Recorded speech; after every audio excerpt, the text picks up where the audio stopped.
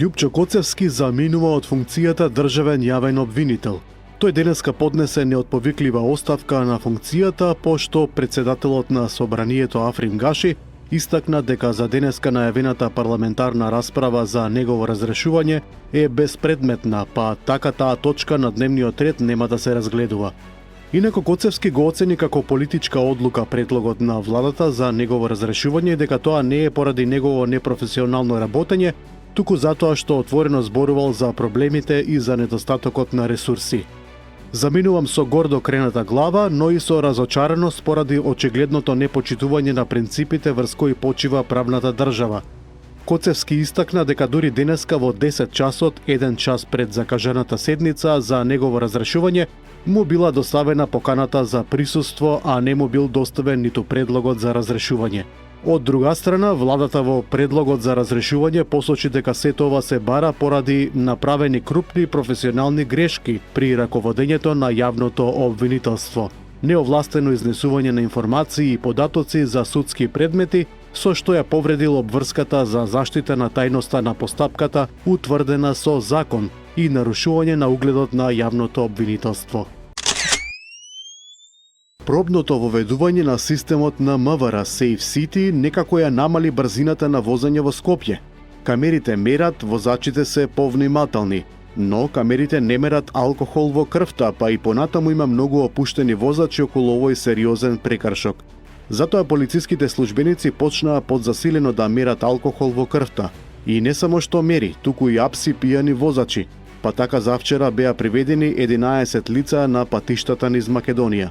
Најкарактеристичен е случајот во Кочани, каде сообраќајците лишиле од слобода 35 годишна жена, која возела автомобил, а имала дури 2,41 промили алкохол во крвта.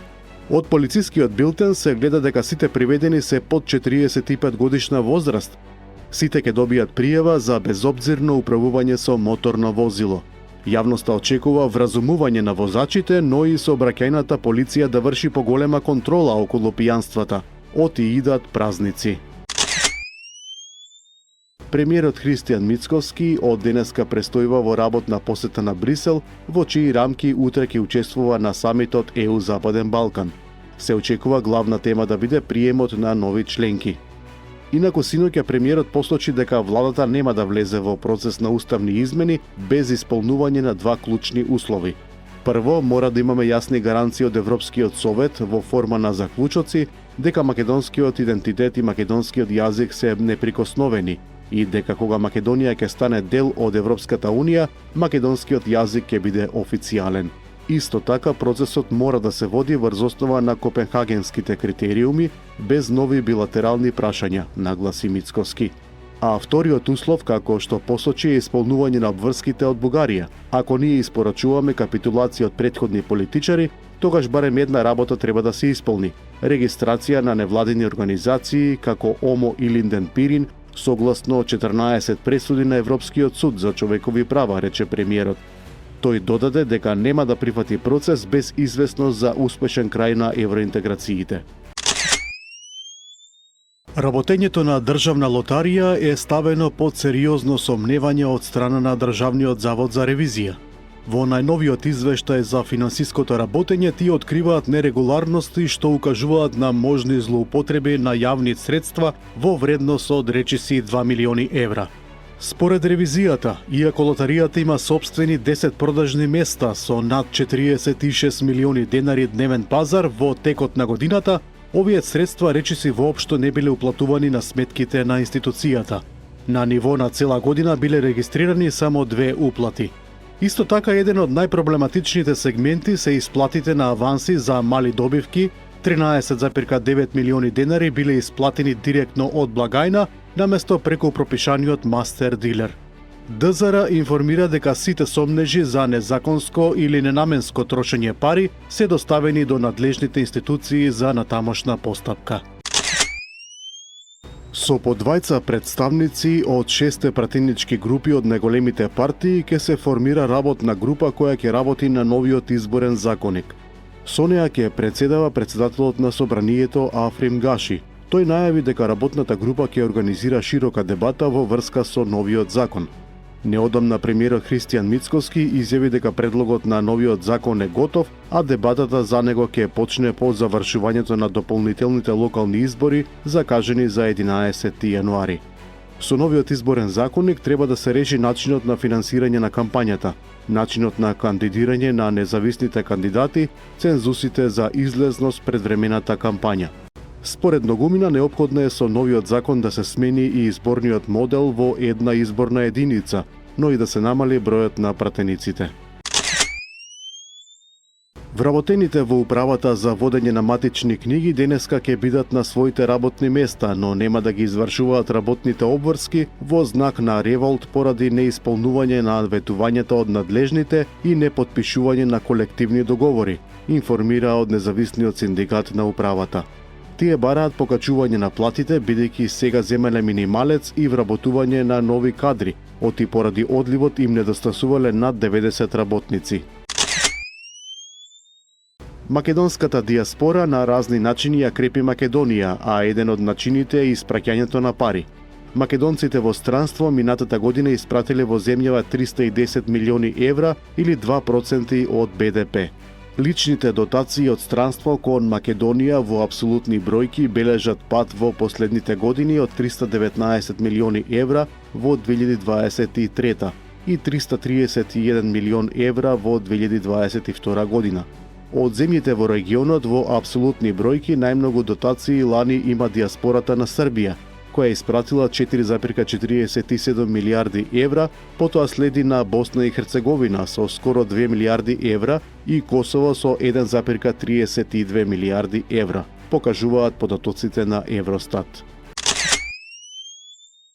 Малопродажните цени на бензините Евросупер БС95 и Евросупер БС98 и на Евродизел од денеска се пониски за 2 денари по литар.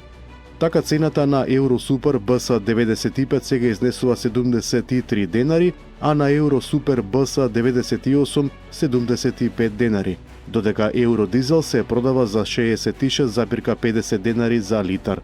Малопродажната цена на екстра лесното масло за домаќинство на L1 се намали за 1 денар по литар и изнесува 65,50 денари по литар. Синдикатот на вработените во државниот сектор во Грција утрово започна 24-часовен штрајк поради буџетот за следната година, што вечерва се очекува да биде изгласан од грчкиот парламент. Од синдикатот смета дека новиот буџет е антиграѓански и носи дополнителни даночни оптоварувања за работниците и нови привилегии за големите бизнис групации. Воедно синдикалците изразуваат и солидарност и поддршка за земјоделците и нивните протести кои траат веќе подолг период.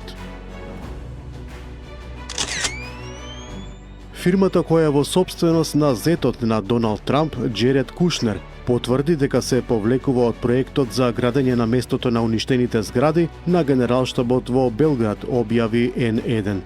Од фирмата рекле дека се повлекуваат од почит кон Белград и народот на Србија, зашто значајни проекти треба да обединуваат, а не да делат. На откажувањето му претходеше обвинителниот акт на српското обвинителство против министерот за култура Никола Селаковиќ за незаконско постапување при укинувањето на статусот на културно добро врз зградите на Генералштабот. Американската фирма сакаше да гради луксузен хотел и стамбен комплекс на местото на некогашниот Генералштаб на Југословенската војска, кој беше бомбардиран од НАТО во 1999 година. Зградата е уништена и се уште така оставена, но има символично значење за србите. Хрватскиот председател Зоран Милановиќ изрази надеж дека Европската Унија нема да пропадне поради наметнување на едноумие, како што тоа им се случи на Југославија и Советскиот сојуз. Постои една тенденција луѓето да се наговараат, а ако не оди убаво, многу брзо се откажуваат од тоа. Па потоа се оди на сила за сите да мислат исто, а тој филм веќе го гледавме. Поради тоа пропаднаа Југославија и Советскиот сојуз. Се надевам дека нема и Европската Унија, рече Милановиќ. Германскиот канцелар Фридрих Мерц и други европски лидери се залагаат за мултинационални сили кои би обезбедиле можен прекин на огнот во Украина. Силите би биле предводени од Европа и поддржани од САД. Тие би им помагале на украинските вооружени сили и би обезбедиле безбедноста на воздушниот простор и морињата.